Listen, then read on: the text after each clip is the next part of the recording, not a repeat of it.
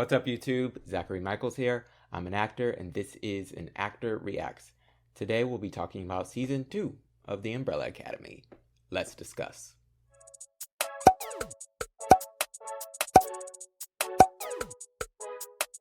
Hey, so before we get started, if you're new to my channel, be sure to hit that subscribe button, give this video a thumbs up, and leave a comment below. And just a heads up, if anyone hasn't finished this season yet, we will be getting into spoilers in this review. Okay, so The Umbrella Academy Season 2 was released on Netflix for streaming on July 31st, 2020. The series was created for Netflix by Steve Blackman and developed by Jeremy Slater. It's based on the comic book series of the same name by Gerard and Gabriel. It revolves around a dysfunctional family of adopted sibling superheroes who reunite to solve the mystery of their father's death and the threat of an impending apocalypse. In Season 2, the siblings find themselves transported back in time to the 1960s in an attempt to avoid the apocalypse, but they soon discover that it has followed them back in time. Okay, let's get into my good, my bad, and see what I rated this season of The Umbrella Academy. Okay, my good. I think for starters, this show overall, it has its tone and rhythm down. Like, it's a dark comedy, and it does that well, and it balances comedy and drama and action really well. And that can be hard sometimes with shows like this, but they do a really good job of it here. Another good, I think both the cast and the characters are really good. As far as the cast, super talented, and it's a strong ensemble. Like, there doesn't seem to be any weak link with among them. And then the characters, I think they're all really developed well. Like, there's 7 of them, and I know who each of them is, their characteristics, and what they bring to the group and the show overall. And specifically this season, I think they all had like their own storylines, and I don't feel like anybody was overlooked or neglected. They each had a good amount of screen time, and like they did their thing with the time that they had. And even like Ben, he probably had the least to do this season, but I mean, he's a ghost, so what can he really do? And he's connected to Klaus. But like, I don't even feel like he was neglected. I feel like he got enough time to shine this season as well. So kudos to them, because I think they have the developed characters, and then they don't overlook anyone, and each person has time to spend growing throughout the season. My favorite characters are probably number 5 and Diego. I think number 5 is just hilarious because he's kind of an a-hole and full of himself and thinks he knows everything. But I find it funny. And I think the fact that he's like in like a teenager's body, and he like speaks to everyone else like their children when they appear older than him, adds a little something to that, even though I guess he technically is older than them at this point. But that's just always interesting to me to watch. And he has some of my like favorite quotes in the show, like when he's trying to describe Diego, he's like, Batman, but aim lower. Like, that's such an a-hole thing to say about your brother, but it's kind of true with Diego. And it's just hilarious, like, that he says stuff like that. And that kind of leads me to Diego, who is my second favorite character. Or I wouldn't say second favorite character, but I think they're like neck and neck. Diego actually might be a little above number 5 for me. Just because for me, I kind of always root for the underdog. Like, I don't want anybody to feel less than, and I'm always like, you got this, man. But Diego, gosh, Diego's not the sharpest tool in the shed, but he means well. He means well. And you root for him because you feel bad for him. And like this season when they met up with their dad at the dinner, and he like tells the dad that like, I know what you're up to, you want to kill JFK, and the dad just like shuts him down and calls him out for like being needy and like his hero complex. And then Diego just like starts stuttering and he's like, "You're wrong." And I was like, "Oh man, Diego, why is nobody standing up for Diego?" And that just made me feel so bad for him. But to be honest, the dad wasn't wrong with what he said, because Diego is, his hero complex is a lot. Like, it's annoying. He's like, I was getting every time he brought up JFK, I was like, my gosh, move on, guy. Like, what are you doing? Shut up.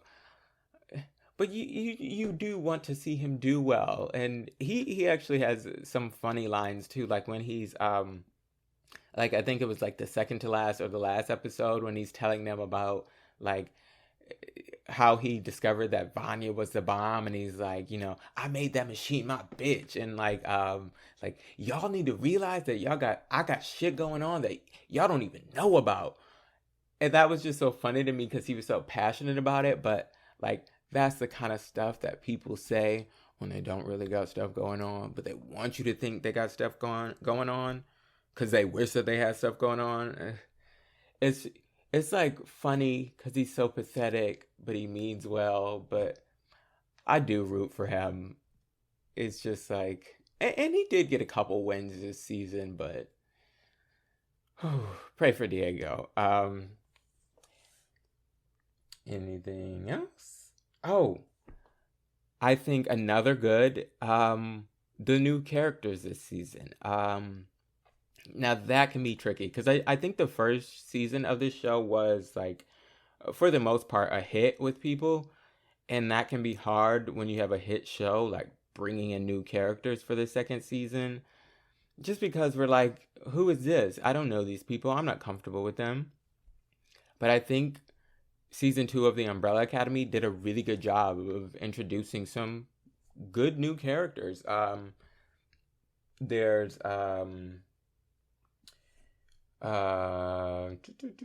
one second. Go to my notes. Oh, there's Herb and Elliot. I enjoyed both of them. I thought they were really funny. Elliot, the alien dude. Too bad he had to die, but I thought he was funny. How obsessed he was and kind of quirky. And then Herb is my dude. Like, he may have been my favorite new addition, and I hope we get to see more of Herb if the show gets renewed for more seasons. Because I just think he's funny. Like, he's hilarious. Like the fiber line in the second episode, and it's like, somebody needs some more fiber. It's just a hilarious little dude. And I looked it up, and apparently he like did the body and the motion for, I don't remember the chimp's name, like, but the chimp butler from that first season, like the guy who plays Herb was the body behind the chimp in that first season. So I thought that was really cool that they created like this role for him in the second season, and an enjoyable character. Um, I liked Sissy and Harlan and their like storyline with Vanya. I enjoyed that, and I liked Vanya kind of getting a more healthy relationship this season after that dude from the first season. That was just a mess. Even though this relationship isn't necessarily super healthy either, it was just good to see her with somebody who actually loves her. Um, and that didn't end up being something that was gonna last because they left at the end of the season. But I did enjoy that dynamic for her. Hopefully, if they get a season three, which I'm sure they will probably, hopefully she gets like a steady love, like somebody that isn't like against her in the first season or like can't be with her in the second season. Like, hopefully she gets somebody consistent. And then Lila. I really liked Lila. At first, I wasn't too big of a fan because it felt just like a character thrown in to give Diego a love interest. And I was like, I could do without like the girl from the psych ward. She's being crazy. She loves him. But then once they got into the plot with her being the handler's daughter and her wanting revenge against number five, and then them discovering that she was, one of them, I thought that I definitely liked her character by the finale. And even before they had revealed that she was one of them, I liked her, like the attitude that she was giving, like her spunk, and like I like how authoritative she is. A little gullible. I mean, I guess it was her mom that she was gullible towards, but still a little gullible. But I liked her, even when she was like beating them all during the fight in the finale. Like I was still like, terrible, but I like her. And then when she like when they're like trying to convince her, like, you're one of us, come with us. And then I think it was number one, or he's like, love shouldn't be that hard from your mom. And she like, she like fakes to throw up. I was like, this girl's got spunk. I like her. And I actually grew to like her and Diego as a relationship. It still felt just kind of thrown into me at the beginning. Through a couple episodes, it felt like thrown in, but I do like them, and hopefully, since she has a case and she's going to be traveling around, hopefully we see more of her in season 3, because I did enjoy her. Damn planes. I live in LA. What are you going to do? Who else? Who else? Oh, just overall, I really enjoyed the second half of this season. Things really picked up for me. It got more exciting. Um, I, I like that they were able to approach the apocalypse storyline a little differently this time. Like that they actually were able to prevent it. I hope we move on from that now in season 3, that we don't like have another apocalypse, because that'd be a little too much. But I like that they approached it differently, and they were able to comfort Vanya and help her, and bring her out of it, and save the world. um and then I really liked when they all came together for Vanya. I was very angry when she was like, I want my siblings there with me. I don't want to be alone for the first time. And they all just kind of said nothing and made her walk out. But then I loved when they actually came together to support her. And I mean, then that ended up being what they needed to do, because it solved everything. But I liked that they came together for her. Um, let's see. Um, oh, and then I like the dad's advice as well. Like the 3 second, or like maybe go back in time just a few seconds. Maybe you don't need to jump years and days and stuff. And then I kept waiting for that advice to come back, like the second half, and it was like, oh, he's gonna use it now. Oh, he's gonna use it now. Oh, he's gonna use it now. But then in the final moments when he uses it, I was like, oh, okay, yeah, yeah, yeah. This is the moment when he can. Although I liked them all being shot, I thought that that was hilarious. Like, it probably would have been even better for me if like the season just ended right there. Like, no, like going back a couple seconds, if just like boom, boom, boom, everybody's dead, then the handler gets shot, and then season 2 just ends. Like, that would have been amazing for me. Just because that would have been totally unexpected. But of course, they can't kill off the entire cast. But although I think they could have like killed them off, and then like in season 3 do the rewind thing. But of course, they're not gonna kill the entire cast at the end of the season. Although I would have been here for it. But he uses the 3 going back a few seconds, and I was like, yes, use dad's advice. And then they saved the day. And then getting into like the very end of the season, I really like the setup for season 3. I think that could be a really interesting story. um I'm sure they'll get renewed for season 3, but I'm excited to see how that's gonna go, because now they're back to 2019. And it's like, oh, it's not the Umbrella Academy. And there's all these others. So my guess is that the dad, when he met them all in the future, he saw what a mess they were, and instead of starting the Umbrella Academy, he started the Sparrow Academy, it is. And he like intentionally picked he picked people who were not in the six that he saw, and I think that's why Ben appeared again. At least I think that was Ben, but I'm pretty sure that's why Ben appeared again, and because he didn't see Ben and he didn't know that he's the one who died, so he picked him and then like six others, and it looks like they've been a more successful Umbrella or Sparrow Academy than the Umbrella Academy was. So I'm interested to see what the things that could set up in season 3. Um, and I may end up liking that season more than the past two because the apocalypse thing is hopefully going to be gone now. So I'm really looking forward to season 3 of this show. Um, Let me just make sure that I got all my good set up for season 3, second half of the season. Things picked up. Dad's advice. I really did like that second half of the season. The new characters, the great additions. Oh, and on the new characters, I only mentioned a few. I did like some others, but their storylines weren't as interesting to me. I'll get into that in my bad. Um, Diego, number 5. The characters, the cast, and it's a well balanced show. So yeah, those are all my goods. Now let's get into my bads. Okay, so my bads about season 2. I don't think that this was a terrible season. I actually think it was enjoyable, but there were some things that brought it down for me. For starters, I felt like within the first 10 minutes of that first episode, they kind of undid a lot of the stuff that was established at the end of the first season.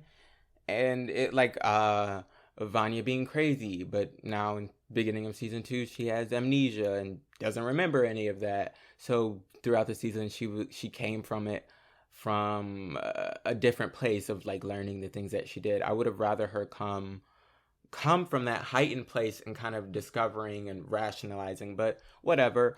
Or Allison losing her voice. That could have been interesting to explore this season, but then within the first 10 minutes she's like speaking and it's like, oh, okay, so she didn't lose her voice. She mentioned that it took her a year to learn how to speak again, but now she's like, we don't get to see that. And there's like Allison and Luther, they were kind of being set up at the end of the first season, but then now they're all separated, and they don't see each other, and so she gets married and has a husband. And or there's even like the handler, she gets shot at the end of the first season, and then she's just like alive. They just undid a lot of the stuff that was established, and then they kind of rehashed the story from the first season, and it was like I definitely didn't need another apocalypse storyline. It was like, because it was the same thing. It was, go back to 10 days before, that should be enough time to solve it, and yada yada yada. And it was like, but we just saw this in the first season. Why are we doing this again? But like I said in my goods, I did like that it was ended differently here, but I could have done without the storyline. I feel like maybe they could have come together for Vanya and being there for her in a different way. Maybe I could have done without another apocalypse, because it just felt like redundant. And let's see what else. So like I was kind of bored that first half of the season because it was like just treading the same water as the first.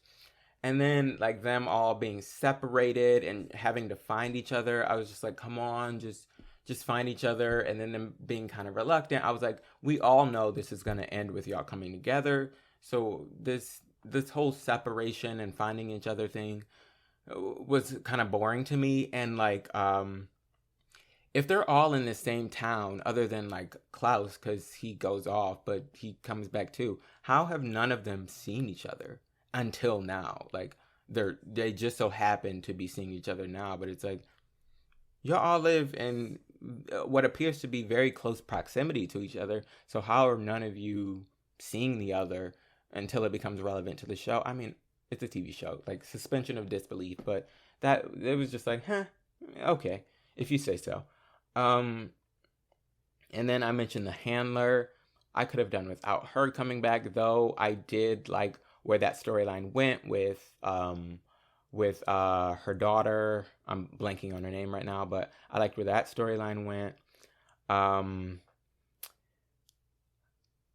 but again, I feel like they could have maybe found a different way. Maybe she could have been like the fishman's daughter and he like took her, and then that could have been the way that they brought her in. But bringing the bringing her mom back just felt like, why? Though the actress does a really good job and the character is interesting, but I could have done without it.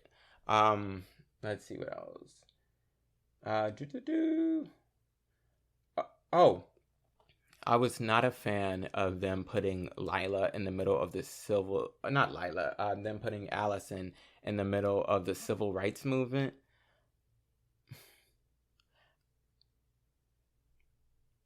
I don't even have words to describe it. It was just like, why?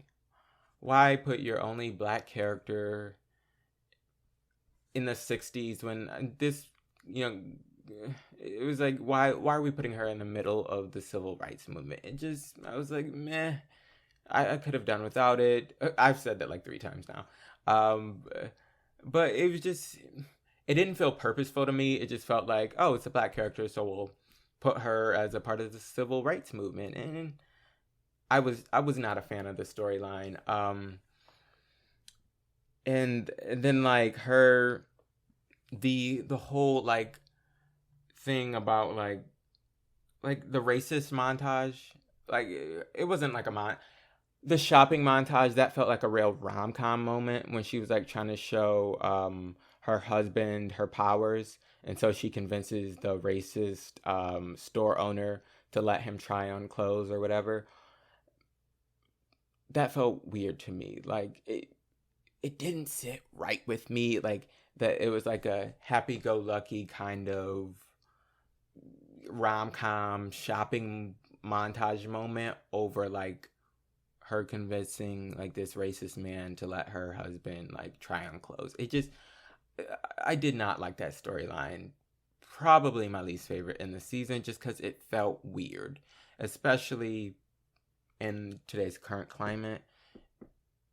um but anyway, also something that I did find interesting in her storyline was when she, after that weird shopping montage, they go into the diner that they had this sit-in in, and she forces one of the workers to serve her, and she has him pouring coffee, and like she keeps saying more, and it's like burning his hand.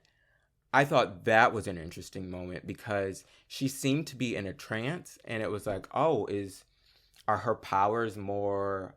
Do they get to her? Do they? Are they more? Are they taking over? Is she kind of turning evil? Like, he's a racist man, but like, if you're a good person and a superhero, I don't think you would treat someone like that, no matter how bad they are. Not bad in quotations, because yes, he's bad, but excuse me, no matter how bad they are, like, so I thought that was interesting. They didn't really seem to dwell on it more, but I thought that could have been something interesting. So that's something I would like them to explore in season 3.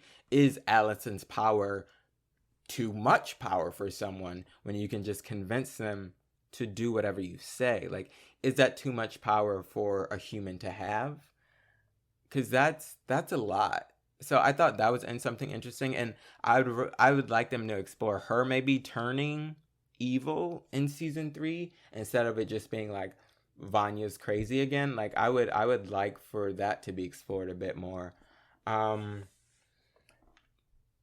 and then I didn't really care about Luther's fighting storyline. It was like, it's whatever.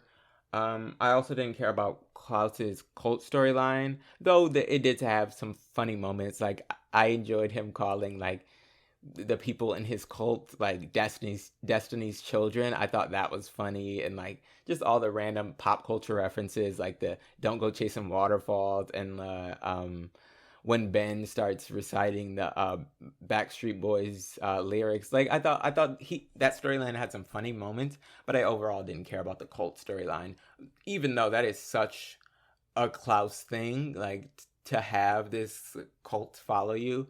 Um, Anything else? Oh, I'm not sure why the Swedes were in there. They really didn't add anything for me, like at all. If I feel like if we had taken the moments of the Swedes out of the season, nothing would have really changed because it it didn't really add much for me because the storyline didn't really go anywhere. You know, I don't know. It didn't go anywhere for me. Um, but yeah, I think those. Let me just again double check. They undid everything. Yep. Rehash the story. I was bored that first half. Oh, it felt really obvious to me in that first half that Vanya was going to be the bomb. So I was just like, come on, guys. It's obviously Vanya again. Like, catch up. Especially number five. Like, he's supposed to be the smart one. And then it was like Diego who discovers, even though it felt really obvious to me. Um, but again, I did like how that storyline ended with them coming together for her. Um, yep. I hope the handler doesn't come back for season three, even though good character, but maybe she could come back as a different character, like a recreation. Okay, so yeah, I think that was all my bads. I did have more goods than bads, but the bads did bring the season down some for me. So let's get into my rating. Now, initially, I was going to give this season a 7.5 out of 10, which I don't think is a bad score. I think that's like an average season of television. Just because that first half did really drag for me. Like, if the whole season had been like that second half, I think I really would have enjoyed this a lot more. Um, but that was initially what I was going to give it, a 7.5 out of 10. But after doing this review and kind of talking through the points that I liked and the points that I didn't like, it bumped my score up some. Not a whole lot, but it did bump it up a bit. So I'd give season 2 of The Umbrella Academy an 8 out of 10. Again, I think that is a solid score. Characters done really well. The show's, tone and rhythm is solid. The cast is great.